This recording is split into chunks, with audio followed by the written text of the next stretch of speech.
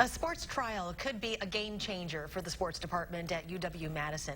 Student athletes are asking to be paid, but the NCAA has rules in place to stop that from happening. A recent report on Law360.com quotes UW-Madison Chancellor Rebecca Blank testifying in court saying it isn't clear they would run an athletic program if the athletes are paid. Our Jamie Perez joins us now with more details on what this really could all mean. Jamie? Well, there are arguments to both sides of this, and the question still stands. Should college athletes be paid? Well, we spoke with school representatives at the UW-Madison, but also talked with students to get a feel of what people think.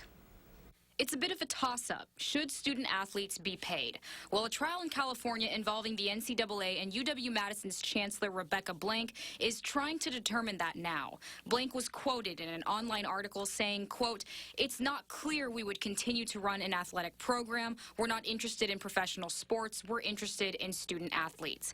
A spokesman for the Chancellor released this statement to us today saying, Chancellor Blank strongly supports Wisconsin's athletic program and that there is a separate market from professional sports for amateur sports, that college athletes are students first, that paying student athletes would undermine the university community and treat student athletes differently than others.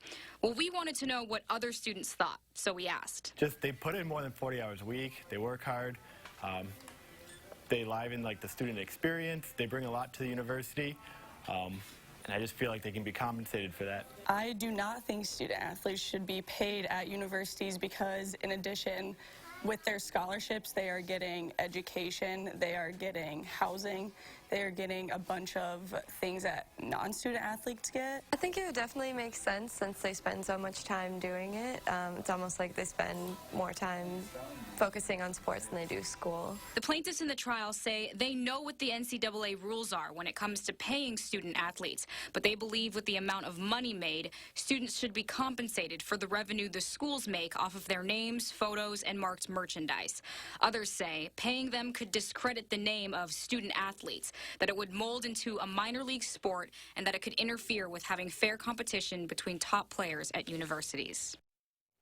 Chancellor Blank also said the UW gets between $43 and $45 million a year from the NCAA. Information was not disclosed to exactly how much revenue they get from the students from advertisements or merchandise sales. Of course, the trial there in California is still ongoing. And as you heard, a lot of people are a little bit divided on the issue, but we'll keep up to date with what the decision is when a decision is made. Jamie Perez joining us in studio. Jamie, thank you.